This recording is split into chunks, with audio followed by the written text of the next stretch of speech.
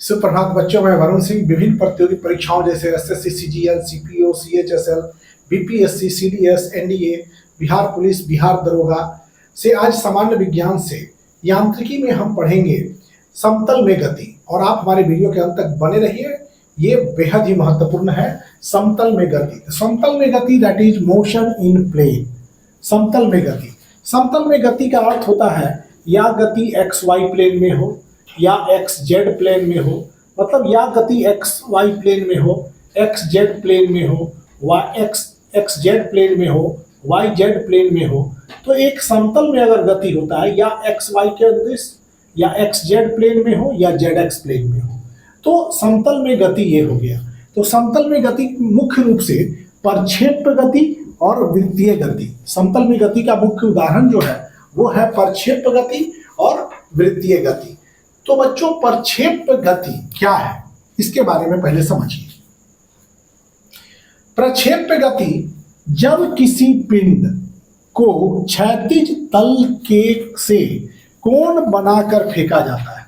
जैसे किसी पिंड को, ये हो गया क्षैतिज तल से आप कोण बना के फेंकते हैं सीधे। जब किसी पिंड को क्षैतिज तल से कोण बनाकर फेंका जाता है तो उसके द्वारा बनाया गया वृत्ताकार पथ के ऊपर की गई गति प्रक्षेप्य गति कहलाती है। देखिए ध्यान से, जब किसी पिंड को क्षैतिज तल से कोण बनाकर फेंका जाता है तो उसके द्वारा बनाया गया ये ऐसे अगर आप किसी चीज को फेंकते हैं कस के, तो ये क्या होगा, इस तरह से इसका प्रोजेक्शन होगा ऐसे। ये वृत्ताकार पथ, मतलब उसके द्वारा बनाया गया वृत्ताकार पथ के ऊपर की गई गति, इस पथ के ऊपर जो की गई गति है ये कहलाती है प्रक्षेप्य गति कहलाती है। और प्रक्षेप द्वारा चला गया पथ, ये पथ किसके द्वारा, प्रक्षेप द्वारा चला गया पथ क्या कहलाता है, प्रक्षेप्य पथ कहलाता है। जैसे किसी भी पत्थर को हम फेंकते हैं किसी एंगल के साथ, किसी कोण के साथ, और एक्स एक्सिस के अलॉन्ग किसी कोण के साथ किसी पत्थर को जैसे हम फेंके तो ये क्या होता है, कोण बना के अगर हम फेंकते हैं तो उसके द्वारा बनाया गया वृत्ताकार पथ के ऊपर की गई गति, इस वृत्ताकार पथ के ऊपर जो गति की जा रही है वो प्रक्षेप्य गति कहलाती है। प्रक्षेप द्वारा चला गया पथ, ये पथ जो है प्रक्षेप द्वारा चला गया है तो इसे प्रक्षेप्य पथ कहते हैं। उदाहरण के तौर पर उड़ते हुए विमान से बम गिरना। अगर कोई विमान उड़ रहा है, वहां से जब विमान कोई उड़ रहा है, वहां से जब कोई बम को गिराया जाता है तो वो इस तरह से गति करते हुए आती है। ये एक प्रक्षेप गति का उदाहरण है। दूसरा, जब हम किसी भी दिशा में पत्थर के टुकड़ा को फेंक देते हैं तो वो एक प्रक्षेप गति का उदाहरण है। थर्ड, राइफल से निकली गोली, जब गोली राइफल से निकलती है तो इस तरह से प्रोसेस में होती है, ऐसे आती है। राइफल से निकली हुई गोली क्या होती है, वो भी आपका प्रक्षेप गति का उदाहरण है। जब एक एथलीट किसी जैवलिन को फेंकता है, ऐसे किसी एंगल के साथ वो फेंकता है, तो वो भी एक प्रक्षेप गति का उदाहरण है। प्रक्षेप द्वारा जो ये सबसे अधिकतम ऊंचाई इस बिंदु पर है, इससे अधिक ऊंचा नहीं जाता है, तो इसको मैक्सिमम हाइट कहते हैं। ये वाला इस बिंदु से ऊपर प्रक्षेप नहीं जाता है, तो ये बिंदु यहां से ग्राउंड तक ये मैक्सिमम हाइट, महत्तम ऊंचाई कहलाता है। और प्रक्षेप जो है मूल बिंदु से ये बिंदु जहां पर प्रक्षेप टकराता है तो वो कहलाता है परास, क्षैतिज परास। ये परास कहलाता है, क्षैतिज परास कहलाता है। तो बच्चों, प्रक्षेप गति एक समतल में गति का एक उदाहरण है। जब किसी भी दिशा में हम पत्थर के टुकड़े को फेंकते हैं तो वो एक प्रक्षेप गति का उदाहरण होता है। और प्रक्षेप द्वारा चला गया ये पथ प्रक्षेप पथ कहलाता है। प्रक्षेप द्वारा जो पथ चला जाता है उसको प्रक्षेप पथ कहते हैं। अब जो है गति में, प्रक्षेप गति में देखते हैं कि ये पॉइंट जो है महत्तम ऊंचाई का पॉइंट है। अगर किसी पिंड को हम थीटा कोण के साथ फेंकते हैं तो इधर इस वेग का इधर घटक एक्स अक्ष के तरफ u x is equal to u cos theta, ये हो जाता है u x is equal to u cos theta. इधर जो u का घटक है ये हो जाएगा u साइन थीटा। मतलब ये वेग जो है पिंड को ऊपर की तरफ ले जाएगा। ये पॉइंट, ये जो है मैक्सिमम हाइट है, महत्तम ऊंचाई का, इससे अधिक ऊंचाई नहीं प्राप्त करेगा अगर इस थीटा एंगल से फेंका गया, महत्तम ऊंचाई का। और बच्चों याद रखेंगे कि महत्तम ऊंचाई किसी प्रक्षेप गति में एच मैक्स, ये जो हो जाता है इसका सूत्र हो जाएगा you square sine square theta by 2g। ये हो गया महत्तम ऊंचाई का सूत्र। यू हो गया जिस वेग से प्रक्षेप को फेंका गया, और थीटा जो है ये कोण हो गया जिस कोण के साथ प्रक्षेप को फेंका गया। और जी का मान सभी जानते हैं कि जी का मान कितना होता है, 9.8 मीटर प्रति सेकंड स्क्वायर, या फीट में करेंगे तो 32 फीट प्रति सेकंड स्क्वायर। फीट में होगा 9.8 मीटर पर सेकंड स्क्वायर, जो द्वितीय त्वरण है उसको फीट में कितना लिखेंगे, 32 फीट प्रति सेकंड स्क्वायर। और बच्चों ये परास जो है वो थीटा कोण पर फेंकने के पश्चात ये क्षैतिज परास रेंज बराबर हो जाता है u square sine 2 theta by g. ये हो गया क्षैतिज परास का सूत्र।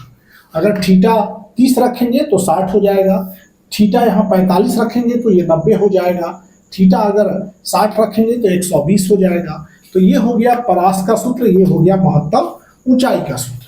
तो सबसे ज्यादा अगर परास प्राप्त करना है तो थीटा के किस मान के लिए सबसे अधिक दूरी तय होगा, ये यहाँ से यहाँ तक की दूरी, P तक की दूरी थीटा के किस मान के लिए प्राप्त होगा, तो 45 डिग्री के लिए। चूंकि यहाँ 45 रखेंगे तो साइन 90 हो जाएगा, साइन 90 का मान 1, तो r बराबर यू स्क्वायर बाई जी हो जाएगा, r बराबर यू स्क्वायर बाई जी। तो महत्तम परास कब होगा, महत्तम परास ये होगा जब थीटा कितना होगा, 45 डिग्री का। 45 डिग्री का हो जाएगा तो यू स्क्वायर बाई जी। जब हम सीधे किसी पिंड को ऊपर फेंकते थे तो यही समीकरण आता था यू स्क्वायर बाई जी। तो ये मतलब कि क्षैतिज परास जो हो जाएगा वो इसी समीकरण से आएगा। क्षैतिज परास सबसे अधिक theta is equal to 45 degree पर ये सबसे अधिक दूरी तय करेगा। और महत्तम ऊंचाई जब theta is equal to 90 degree, जब पिंड को आप इस थीटा को 90 डिग्री पर फेंकेंगे इस तरह से, तो ये कोण 90 डिग्री हो जाएगा। तो साइन 90 का मान कितना होता है, 1 हो जाएगा, और 1 हो जाएगा तो यू स्क्वायर बाई 2g का एप्लीकेशन यहाँ लगेगा, यू स्क्वायर बाई 2g हो जाएगा। मतलब जब थीटा आप देखते हैं यहाँ 45 है, इसको 90 डिग्री पर जब सीधे फेंकते हैं ऊपर तो वो सबसे अधिक दूरी पर जाएगा, और ये समीकरण हो जाएगा यू स्क्वायर बाई 2g, चूंकि थीटा 90 साइन 90 का मान 1 हो जाता है। और महत्तम परास कब होगा, इधर वाला दूरी सबसे अधिक कब तय करेगा, जब थीटा जो है 45 डिग्री का होगा, तब जो होगा क्षैतिज परास सबसे अधिक होगा। बच्चों ये भी ध्यान नोटिस करें, ये मैक्सिमम हाइट पर केवल वेग के एक ही घटक होते हैं, वो होगा you cos theta, you cos theta, इससे अधिक और नहीं। यू कॉस थीटा हो गया। तो यू कॉस थीटा का अर्थ है कि महत्तम ऊंचाई पर ऊपर वाला वेग शून्य है, मतलब यू वाई जो होता है इस पॉइंट पर ऊपर वाला वेग शून्य, केवल जो है वेग का क्षैतिज घटक होता है जिसको कहते हैं यू कॉस थीटा। यहाँ पर केवल एक ही वेग है। और बच्चों ये भी ध्यान रखिएगा कि जब किसी पिंड को, मान लीजिए कि कोई पिंड है और दोनों समान ऊंचाई पर है, दोनों की ऊंचाई समान है, ए और बी दोनों, एक पिंड ए है और दूसरा पिंड बी है, दोनों समान ऊंचाई पर है ए बी, और ये इसको हम लोग u1 वेग से फेंक रहे हैं और इसको u2 वेग से फेंक रहे हैं।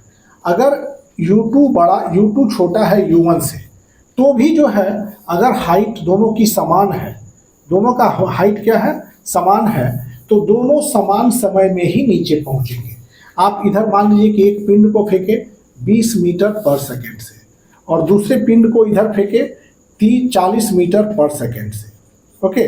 तो जो हाइट अगर समान है, ये दोनों का हाइट क्या है, h है, समान है, तो ऊपर से नीचे पहुंचने में जो लगा समय होगा ऊपर से नीचे, इसके लिए भी टी होगा और इसके लिए भी टी होगा। मतलब दोनों के लिए नीचे पहुंचने में लगा समय बराबर होगा अगर ऊंचाई समान रहे तो। चाहे आप कितना भी वेग से पिंड को क्षैतिज दिशा में क्यों ना फेंकें, अगर पिंड को आप क्षैतिज दिशा में फेंक रहे हैं, दो पिंड को एक साथ, और दोनों की ऊंचाई एक समान बनी रहती है, तो दोनों एक ही समय पर पृथ्वी से टकराएंगे। एक ही समय पर क्या होगा, पृथ्वी से ये दोनों टकराएंगे। आप वेग कुछ भी रखें, 100 मीटर पर सेकंड रखें, इसको 2 मीटर पर सेकंड रखें, अगर एक ही ऊंचाई से फेंक रहे हैं तो दोनों समान समय पर ही पृथ्वी पर गिरेगा, चूंकि इधर केवल क्षैतिज वेग है। और बच्चों महत्तम ऊंचाई यहाँ ओ से जब किसी पिंड को प्रोजेक्ट किया जाता है, फेंका जाता है, तो ए बिंदु तक आने में, ओ से ए बिंदु तक आने में जो समय लगता है, तो ओ से ए बिंदु तक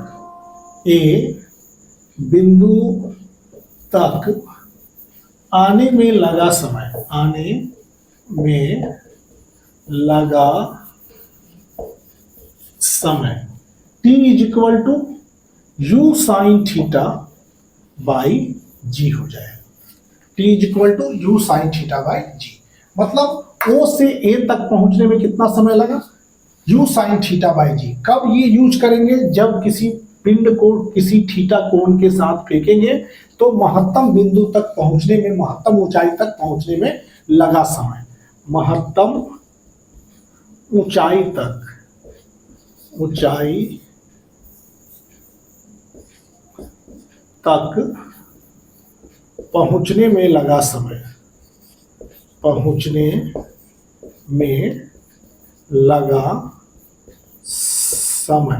महत्तम ऊंचाई तक पहुंचने में लगा समय ये हो गया। फिर बच्चों ए से बी तक अगर कोई पिंड आ रहा है, ए से फिर बी तक, तो उतना ही समय लगेगा जितना समय में ये पिंड यहाँ से ए बिंदु तक गया था। ये पिंड का ओ से ए बिंदु तक और ए से बी बिंदु तक जो आने में समय है, दोनों बराबर है। अतः ए से पी तक, मतलब ये ग्राउंड से टकराने का समय, पी तक ये जमीन से छूने का समय, पी तक आने में लगा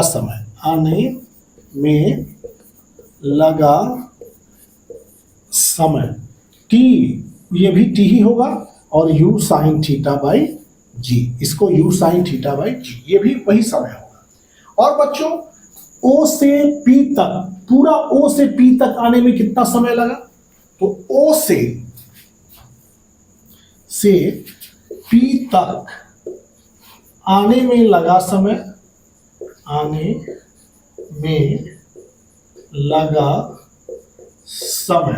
ओ से पी तक आने में लगा समय कितना हो जाएगा, ओ से पी तक आने में लगा समय को दोनों समय जोड़ देंगे। यहाँ जो टी है, यहाँ से यहाँ पहुँचने में जो समय लगा और यहाँ से यहाँ पहुँचने में जो समय लगा, तो दोनों टी को जोड़ दीजिए। टी प्लस टी, 2t बराबर एक टी के लिए यू साइन थीटा बाई जी कर दीजिए, दूसरा टी के लिए यू साइन थीटा बाई जी कर दीजिए।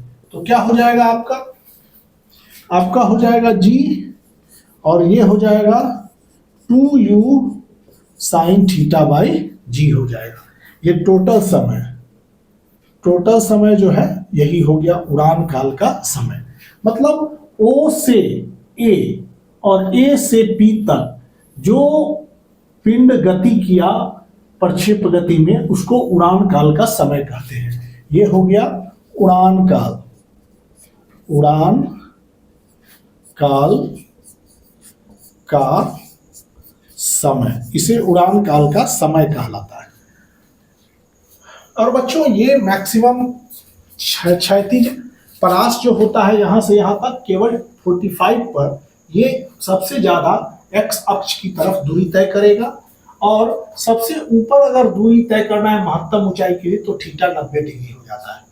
तो ये प्रक्षेप गति है, और ये पथ जो होता है इसका, यहाँ से O से A, इसको बोलते हैं परवलयकार। ये परवलयकार होता है, परवलयकार। अब बच्चों प्रक्षेप गति में, प्रक्षेप गति में देखिए, पृथ्वी की सतह से प्रक्षेपित एक प्रक्षेप गति में इसके वेग का क्षैतिज घटक स्थिर रहता है।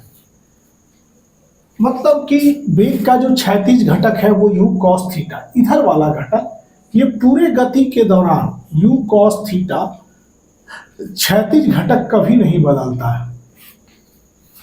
जो भी बदलेगा वो u sin थीटा उद्धग्र घटक जो है ये बदलता है। ऊर्ध्वाधर घटक जो है ऊर्ध्वाधर में, उद्धग्र में वर्टिकल कंपोनेंट, ये केवल बदलेगा। uy ux हमेशा क्षैतिज घटक जो है वो कभी बदलता नहीं है। अर्थात मीन्स प्रक्षेपित एक प्रक्षेप गति में पृथ्वी की सतह से कोई भी प्रक्षेपित करते हैं आप प्रक्षेप को, तो उसके वेग का जो है क्षैतिज घटक स्थिर रहता है। मतलब कि x वाला भाग जो है हमेशा स्थिर रहेगा। और बच्चों यहाँ क्षैतिज परास, उड़ान के दौरान प्रक्षेप द्वारा तय की गई क्षैतिज दूरी, ये देखिए यहाँ पूरा उड़ान, ये उड़ान इस तरह से है।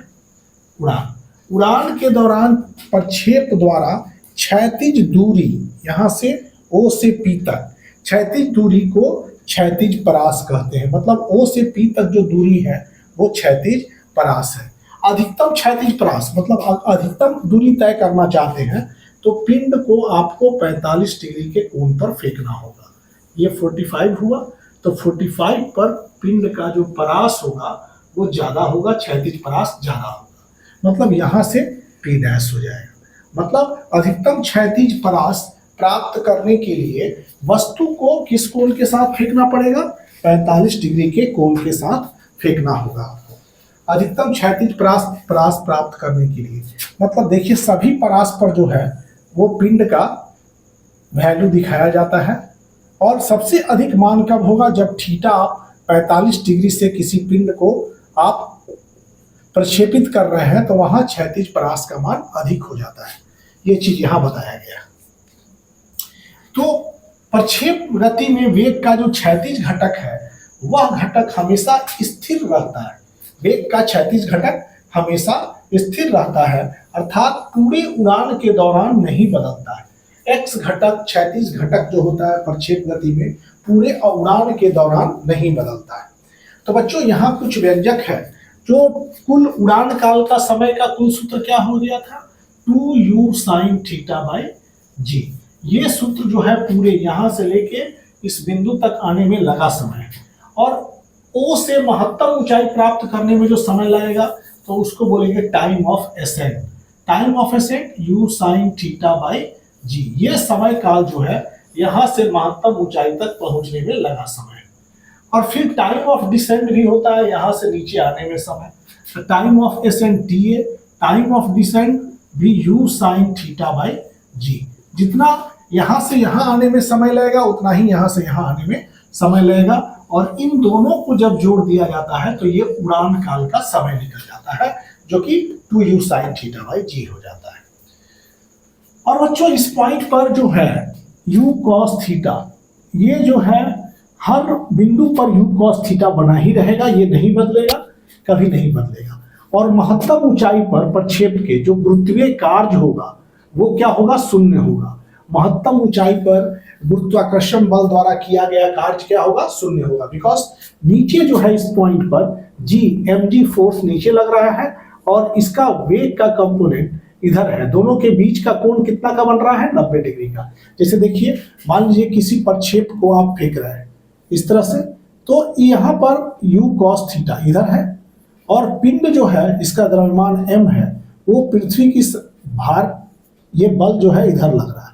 तो दोनों इसके बीच का कोण, वेग और बल के बीच का कोण कितना हुआ? 90 डिग्री। और जिधर वेग होगा उधर ही विस्थापन होगा। तो बल और विस्थापन, बल नीचे लग रहा है और विस्थापन इस अक्ष की तरफ हो रहा है। बल और विस्थापन के बीच का कोण कितना हो गया? 90 डिग्री। तो वर्क क्या हो गया? कार्य 0 होगा। मतलब प्रक्षेप गति के महत्तम ऊंचाई पर बात किया जाए कार्य के, तो कार्य क्या होगा? शून्य हो जाएगा महत्तम ऊंचाई पर। यहाँ शक्ति भी शून्य हो जाएगा। तो बच्चों ये लेक्चर 12 सामान्य विज्ञान यांत्रिकी से फॉर एसएससी सीजीएल के लिए यही समाप्त होने जा रहा है। आज हमने समतल में गति के बारे में पढ़ा और अगले लेक्चर में फिर पढ़ेंगे हम। तब तक आप सभी बच्चों को धन्यवाद। For watching videos. आप हमारे इस चैनल को लाइक कीजिए, शेयर कीजिए और सब्सक्राइब कीजिए। तब तक के लिए धन्यवाद।